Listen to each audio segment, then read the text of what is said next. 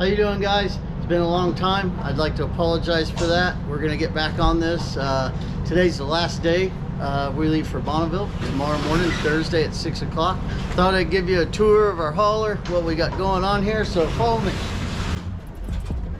This is kind of our home away from home.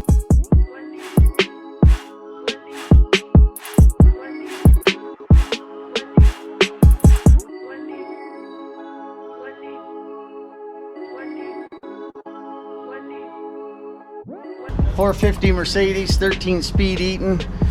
We drove it back from upstate Ohio, and it did awesome. This is our home away from home for the next 4 months. The crew guys, everything. This truck leaves tomorrow with the trailer.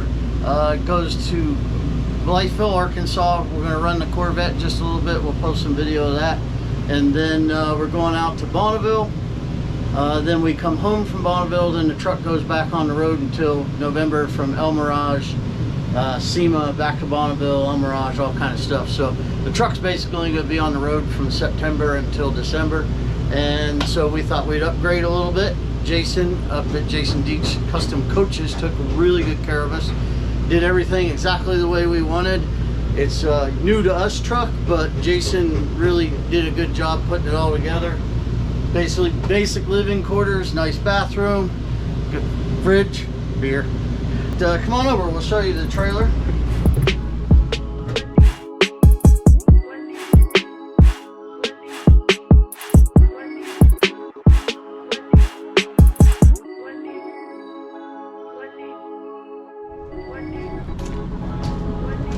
Come on in the trailer. We've been working hard the last 3 weeks to kind of moving into a new trailer. It's like moving into a new house, and it takes like a long time to get it like the way you want, but everybody worked really hard.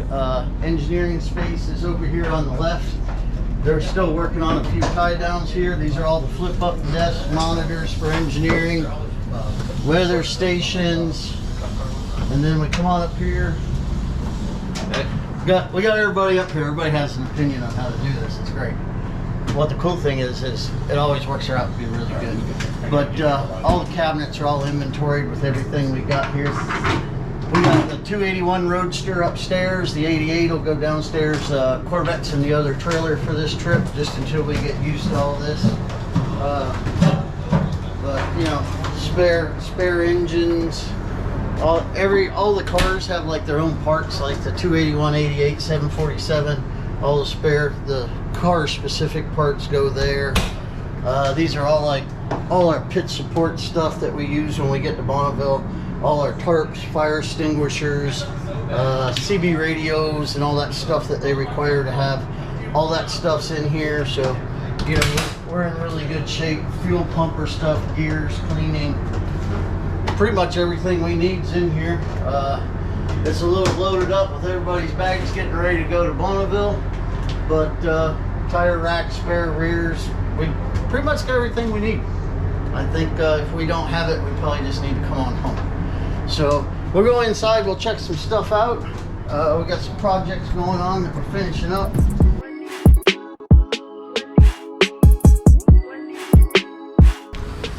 It is a little bit messy because everybody's been working extremely hard. We went to Goodwood Festival of Speed, supported Vance there with his car. Got home, we were there 2 weeks. These guys here finished up Wayne Ert's Corvette, did some work on the Roadsters. So everybody's been really busy, so we're gonna have a big massive spring cleaning here. We can start over here. Derek and Josh putting finishing touches on the 88. What do you think the chances are, Derek? I think it should be pretty good. I think we got two fast hot rods, and we'll have them out there and hopefully not rain this year and have some fun and see what they do. And the really cool thing is that Corvette, these guys did just an amazing job on putting that car together. Attention to detail. We're going to do a video on that with Wayne. But you know, the Corvette I think is going to be really good off the trailer. We're pretty excited about that. Josh is ready to go. Josh? Yes, sir. Are you sure? Yep, ready to go fast. All right. Max is back there finishing up a few things. Yep. I think Max has had enough fun for a few months. I We got to stop this like 4-month car build stuff and let's go to Bonneville. There you go. At some point, we just got to like, let's just go to Bonneville. We don't have to build new race cars. I mean, I think the last 5 years, 4 or 5 years, we've built brand new race cars to go to Bonneville. It's something different every year. So this Roadsters, if we would have got to run last year, would have been the second year there. But we went to El Mirage, tested in Pahrump, and then went back to El Mirage. Vance and I got all our licensing stuff done. The cars were fast, and it was probably, I got these guys, it was probably one of the coolest events I've ever attended. So we're really looking forward to going back there and being a part of that Southern California hot rod culture. If you're out that way, you need to go check that out. It's really cool. And over here, we got Mick back here working on Ray Abraham's IROC car. Heck yeah, classic. So, yeah, this car here means a lot to Ray because Ray started his career kind of, you know, in the modifieds. Then he went to work at, you know, the IROC cars up in Pennsylvania and stuff like that. So Ray found this car in a barn or something. I don't know. You guys have to ask him. And it was destroyed. Like, it was terrible. And you can still see there's a lot that's pretty bent up. Basically cut the whole firewall out of it, all the rear tin. We're replacing, the front clip was bent over about an inch and a half. Twisted all up and turn that down so I get in trouble there. But this car, we're gonna piece it back together and Ray's gonna restore it. I guess it's one of the very few steel body IROC Camaros that are left, the steel roof cars. He's like the expert on that, so I don't want to say too much because I don't know much about them. They were cool to watch, and you know, this is a pretty neat piece of history. There's like only a couple of them left of this particular car, so pretty happy and pretty proud to put this back together for Ray. I worked for him years and years ago at Abraham Motorsports, and I know what he expects, and I'm pretty proud that he brings his stuff here for us to work on. So that's about it. We got the Pro Mod back there, and let's kind of roll through the engineering office. Let's see what they're doing. I got a pretty good idea.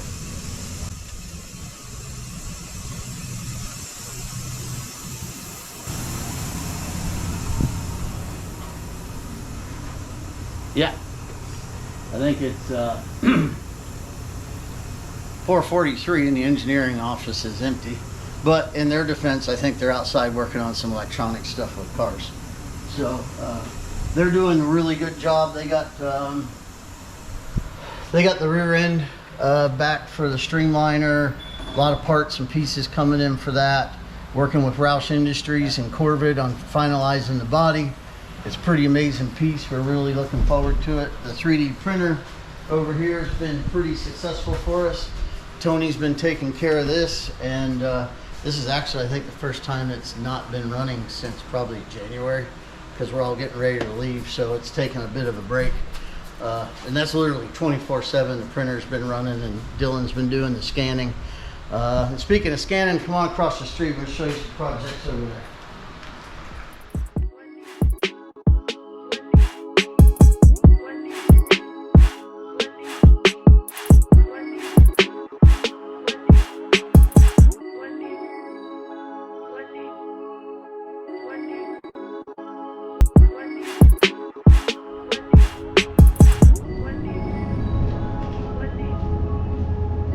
All right, so this is our storage area. It's kind of changed up a little bit. Kind of not as organized as we like to be, because we had some stuff. We had the GT40 right here that we've been working on for Vance. It's a Cape Advanced Vehicles GT40. Super nice car, a lot of fun to drive. Daryl's still got 2 of his trucks here. We got the Falcon back there, which we're gonna get to work on here as soon as we get back from Bonneville. And this whole hot rod right over here is really, really special to me. I've made some really good friends over this car. I've always had kind of a thing for the modifieds. When I was in the Navy, we used to go to Waterford Speed Bowl and Stafford and stuff and watch Ruggiero and Stefanik and all them guys, you know, and the tour cars really get after it. And it was really cool back then. So this particular car, was Mike Stefanik's championship car. There was 3 X6 cars that him and Pete Beal built, and this is one of the championship cars. Mike built this chassis in his garage. Pete finished welding it up. Pete had the car up until the mid-2000s. It kind of wandered around a little bit. It's still like 90% there. We've got it all stripped down right now. Front clip's bent on it, so what all these dots on here, we scanned this front clip, reverse engineered it, and we're building some front clips for us.